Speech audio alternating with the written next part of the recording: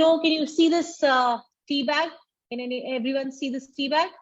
Yes, Yeah. ma'am. So a woman is like a tea bag. You never know how strong she gets unless she's dipped in hot water. So we just like that tea bag, and we can face all the challenges we have, and still be strong and a winner after this, right? So with that, I'm going to talk about cancers suffering in women, which is one of the important topics we're going to cover today as well. So first and foremost, I want to talk about cervical cancer. But before that, I want you to answer me. Do you know where is the cervix in your body? Does anyone have an idea where is the cervix? Can anyone answer me that? In your chest, down, where? Anyone? Ma'am, it's a hole. It's in the hole towards the vagina, and when you put your finger in, you can touch the tip of the cervix. It's like the point of your nose. Very good. Correct answer. Thank you, Deepika. Thank you so much. So cervix is where uterus, then there is a canal called as vagina. In between that part, okay, is the cervix. So cervical os definitely can be evaluated and touched when you can go through vagina, because vagina is a part which is open already. Okay, there's a thin line of hymen which some women have and some don't have. That's also a negotiable topic, so let's not go there. But when you go through vagina, then you see the cervix and then the uterus, so and then the tubes and then the ovaries. All right, so that's how the female genitalia is, and it's very important for you to know that this cervical cancer was among the #1 cancer in Indian women till 2008, but not anymore. The recent survey in 2018 in Indian statistics suggests that breast cancer has overpowered cervical cancer, and now cervical cancer stands at #2 position. But still, there are so many Indian women being undiagnosed and unaware what a cervical cancer is, and around 72,000 women die of this disease every year. So it's a very sad fact. So what are the facts which you need to remember? It's the second most common cancer affecting women. It is caused by a virus called as HPV or human papilloma virus. And regardless of any age, the female risk exposure to HPV can happen via skin contact also and via sexual intercourse also. Then what happens, what are the risk factors which you can avoid is an early sexual experience increases the chance of cervical cancer. Sexually transmitted diseases, sorry, like like herpes and chlamydia, which is very common these days because of little unhygiene and using public toilets. These STDs can be easily transmitted. So if you are a long-standing case of untreated STDs, then you are at a higher risk of developing cervical cancer. If you have used a lot of contraception, these days we see a lot of girls popping in contraceptive pills. Then if you have used a lot of contraceptions also over years, then you can be at a high risk for cervical cancer. It's a fact that women who smoke are 2 times more for a high risk than a non-smoker. Then if you had a high number of pregnancies, which is not the factor these days anymore, but initially years, our grandparents and all used to have 6, 7 pregnancies, then that also is an increased factor for cervical cancer. But if you've had multiple abortions also, that's also considered as one of the pregnancies. So that can be one of the aspects for an increased factor of cervical cancer. So, what symptoms which you should consider, you should remember if you need an evaluation for cervical cancer. First and foremost, if you're having vaginal discharge in an unusual form, like a greenish discharge or a bloody discharge, then if you have abnormal vaginal bleeding pattern, like, your periods are over and still you're spotting, you need to get it evaluated. If you're having long menstrual cycle, like for 10-12 days, you need further evaluation to see whether there's a mass inside.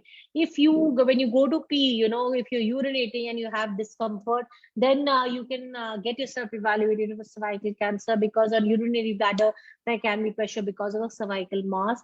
If you have a lot of pain during intercourse, that is also not a good sign. You need further evaluation. And constant fatigue and loss of bladder control are one of the signs with pelvic pain in cervical cancer. Unexplained late weight loss is one symptom which happens in commonly in all cancers and also in tuberculosis. So if you have any of these symptoms, then you should get further evaluated for cervical cancer. Now, my next question is, after this slide, be ready, because there are some facts I'm going to state, and then I'm going to ask you this, that WHO recommends that vaccination should be done for cervical cancer. Can anyone tell me what is the recommended age group for girls getting cervical cancer vaccine? Anyone? No? Okay, we're going to come back to that. I want you to raise hands. How many of you have gotten a cervical vaccine shot? Are you aware of that? How many of you have gotten a cervical vaccine shot? 1, 2, good. I'm seeing hands. Very less amongst the audience, yeah? So if you are unsure about the fact that you've gotten the shot or not, you must go today and ask back to your parents that whether you've gotten the cervical vaccine shot or not, because you can still go ahead and get that shot and be secure with cervical cancer. There is vaccine now available for cervical cancer, and you can totally avoid the development of such a disease. Okay, so the recommended age group for cervical cancer vaccine is it begins at 11 to 12 years. And you are still eligible. You all fall in this category of 19 to 26 years. You can still get, and even people who are above 27 years old, or before postmenopausally, you can get your booster doses, you can get your shots. So the FDA does not approve men to get cervical cancer vaccine, because obviously, for obvious reasons, men don't have a cervix. And second, pregnant women can't get a cervical cancer vaccine shot. So that's that. So today you have to go back home, ask your parents if you don't know about whether you've got this shot or not. And if not, you can go to any gynecologist, any hospital, and start your dosage. It's just a very simple shot like this. And you just need to take it thrice in a monthly difference of 2 to 2 months. Depends on your vaccine also. But this is the most common vaccine available, Gardasil, which is available commonly everywhere in India. So go ahead, get yourself, screened also, and get yourself vaccinated for cervical cancer, because it is, after all, the second most cancers Indian women are suffering from. So what is this we're going to talk about? We're talking about pap smear. So pap smear kya hota hai? It's just taking a tissue sample of your cervix and getting it tested for any malignant or any atypical cells in your body. It just takes 5 minutes, and it can prevent. It's like a screening test, like a mammogram for breast. It's like a screening test for cervix, and it's not painful at all. Once you've finished your cycle, you can go ahead till the 14th day and get yourself pap smear done.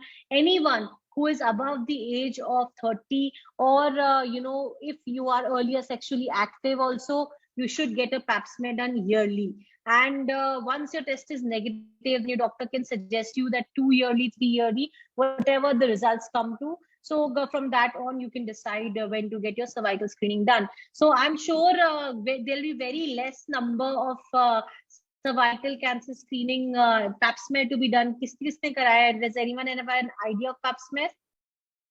So for the girls, especially, what we see these days is lot of, there's a lot of discharge happening. Vaginal discharge has been easily ignored.